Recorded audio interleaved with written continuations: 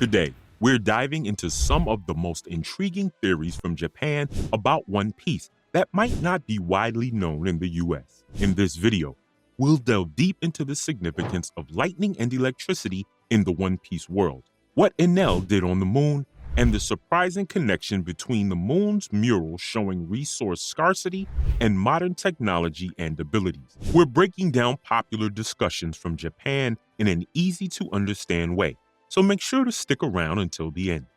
If you find yourself amazed by the deep symbolism of lightning and electricity, don't hesitate to hit the like and subscribe. And if you're struck by the connection between Enel's actions on the moon and the ancient mysteries, drop a connection in the comments below. Let's get started. In the world of One Piece, not only is the sun necessary, but thunder plays an indispensable role as well. In fact, it wouldn't be an exaggeration to say that lightning holds significant importance within One Piece.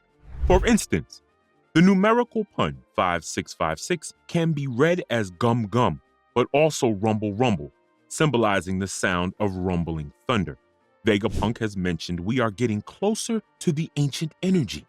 This implies that a mysterious form of energy existed in ancient times. What do you think this refers to? Enel traveled to the moon city Burka and used electricity to revive the city's functions. Similarly, robots, like the one Chopper controls, are powered by electricity. The propulsion of Maxim is also based on electric power. Enel's character is imbued with various myths and legends, yet the name Enel itself doesn't have a direct model. When we hear Enel, what comes to mind is energy. Enel himself stated, "The energy you wield is, to me, as good as nothing." Likewise, Vegapunk has also spoken about a future where energy flows freely and without cost all over the world. So, can we say that electricity is this form of energy? However, in the blue planet that serves as the stage for One Piece, electricity is not commonly used in reality. In reality, in the blue planet where Luffy and his crew reside, the concept of generating and using electricity as a form of energy doesn't exist. In this world, electricity, when considered as a source of energy, is entirely replaced by the concept of lightning. Moreover, Enel himself has stated that he utilizes lightning as his source of power. From this, it's evident that discussions related to lightning frequently surface in various scenes throughout the story. Additionally, there's a belief in this world that devil fruits are born in response to the wishes of the people. For instance, while the Rumble Rumble fruit related to lightning exists, there's no fruit that deals with electricity in the form of Zap Zap or Crackle Crackle. This might suggest that the people of this world perceive electricity merely as a part of natural phenomena. When you hear about the Bari Bari fruit, you might initially imagine it grants electrical powers, but in fact, it endows the ability to create barriers. In this narrative, there are no individuals endowed with electrical powers, only those with the ability to manipulate lightning make an appearance. This stands in contrast to the existence of individuals wielding fire powers through the Magma-Magma fruit and the Flame fruit. It's possible that the inhabitants of the world Luffy lives in have little to no recognition of the concept of electricity. Enel, having been raised in the sky, mentions to Kamakiri, "Even you raised in the sky must have seen distant thunder at least once." However, the absence of electricity in this world would translate to a highly inconvenient daily life. Not utilizing electricity as a source of energy signifies living in a state of inconvenience. If devil fruits are indeed born from the desires of people, then their existence is justified. Dr. Vegapunk has stated that the origin of devil fruits lies in the wishes of people thinking, "Wouldn't it be great if I could do this or be like that?" Essentially, devil fruits are intended to bring convenience to people's lives. In the world of One Piece, there are absolutely no scenes where electricity is used as a source of energy. For instance, Translator is powered entirely by human effort. Similarly, the Watergate elevators operate using the power of water. Moreover, the Thousand Sunny utilizes cola energy for propulsion. Despite being a robot, Frankie uses cola, not electricity, as his energy source. The sea train runs on steam power and telephones operate through transponder snails. Even in the film Red Movie, when various islands were watching Uda's live performance, no televisions were used. Instead, the power of living creatures was harnessed. Additionally, ships are predominantly sailboats. So, why is electricity not used as an energy source in the world of One Piece? The explanation of impact dials in Skypiea provides insight into energy, mentioning flames, light, and impact, but notably lacking electricity. This absence suggests that energy might hold a key significance in the narrative. However, the presence of windmills in the story might lead one to think that electricity is being generated. In reality, there are old-style windmills which predate the concept of electricity generation and modern-style windmills, which are associated with power generation. Ishiro Oda has distinctly illustrated old-style windmills which are not used for generating electricity but for drawing up water. Ultimately, the concept of generating electricity for energy does not exist in the world of One Piece. The absence of the concept of generating and using electricity as energy in One Piece is quite fitting. The pirates featured in One Piece are modeled after real pirates from the 17th century, such as Edward Teach, Samuel Bellamy, and Anne Bonny, among many others. All these historical figures were active pirates during the 17th century. The widespread use of electricity as an energy source came much later.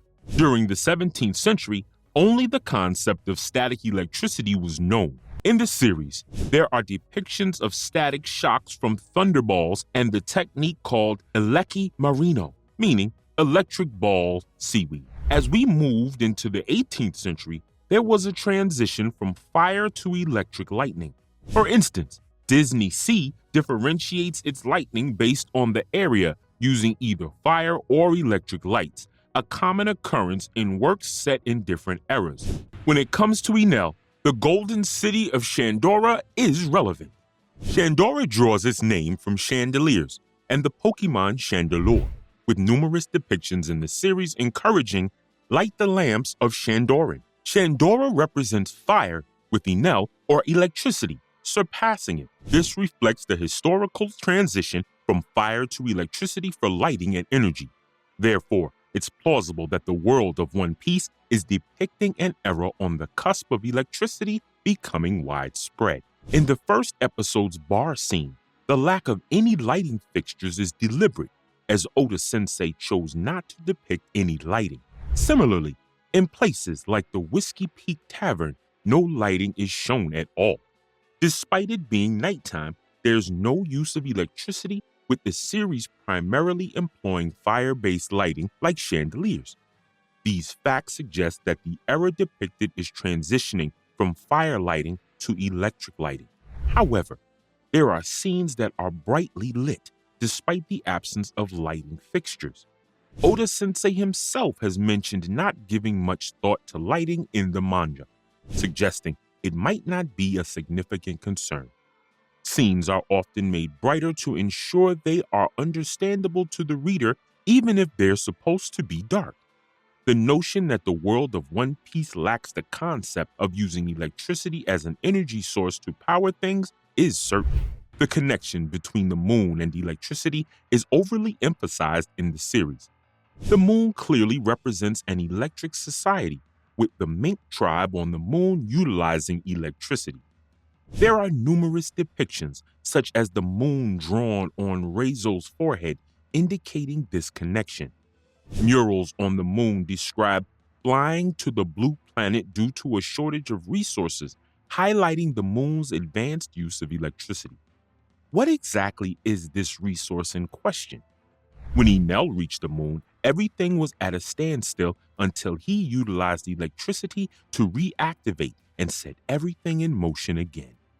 This suggests that the moon had run out of its electric resources. The joy expressed upon being fully charged indicates that the scarcity indeed pertains to a shortage of electrical energy. The individuals with wings depicted in the lunar murals were using electrical energy to create robots akin to Chopper, all of which took place on the moon. However, once the resources depleted, they left the robots behind and ventured to the blue planet in search of new energy sources. This left the robots as the only entities on the moon when Enel arrived. Using balloon-like devices depicted in the murals, they descended onto the blue planet where Luffy and his companions reside. They were building a colossal ship capable of flight to return to the moon, evidently powered by electrical energy given the moon's electric-based society. Hence, the fact that the Maxim operates on electricity aligns perfectly, justifying the depiction of the moon's deity as a figure of thunder. Consequently, it makes sense to associate the sun's deity with rubber. Rubber, being an insulator, does not conduct electricity, making it the natural enemy of lightning. This positions Luffy and Enel as natural adversaries due to their contrasting abilities. Central to the narrative is the concept of electricity as the energy source of the moon, against which Luffy's rubber abilities were specifically designed to counter. Essentially, Luffy represents the antithesis of Enel's nocturnal lunar energy, embodying the solar deity to Enel's lunar counterpart. The play on words between Goro Goro, the sound of thunder, and Gomu Gomu, rubber, adds a layer of intrigue to their dynamic. One might wonder if the energy source for the blue planet inhabited by Luffy and his crew is solar energy. However, this theory introduces inconsistencies, given that the solar deity vanished 800 years ago, yet a robot was operational 200 years ago. Beyond fire and electricity, one place hints at another form of energy through various storylines. According to Vegapunk, wind is a ubiquitous energy source, present everywhere. Enel's 200 million volt Amaru and Luffy's Gear 4 Boundman epitomize the clash between the god of thunder and the god of wind. If Dragon, Luffy's father, possesses wind abilities, it would cohesively tie together these thematic elements. Luffy's hometown is Fuchsia Village, known for its characteristic windmills. However, there's another element that plays a crucial role: balloons. This seemingly simple object holds significant importance within the narrative. When Kaito attempted suicide by jumping from Sky Island, he landed at Barren Terminal. Barren Terminal and Gray Terminal contrast with each other. The name Barren, meaning balloon in French, and Barren Terminal has turned into ruins, prompting us to wonder what it once was. Additionally, the residents of Skypiea are known for their natural balloon hair, hinting at a connection to balloons, which are primarily made from natural rubber. This ties back to Luffy's famous line, "That didn't hurt, 'cause I'm made of rubber," reinforcing the theme of natural elements and their pivotal roles in the story. That's all for today. Here on this channel, we post popular theories about One Piece from Japan. If you like One Piece, we would be happy if you could support us by subscribing to our channel and commenting. Thank you for watching till the end. See you in the next video.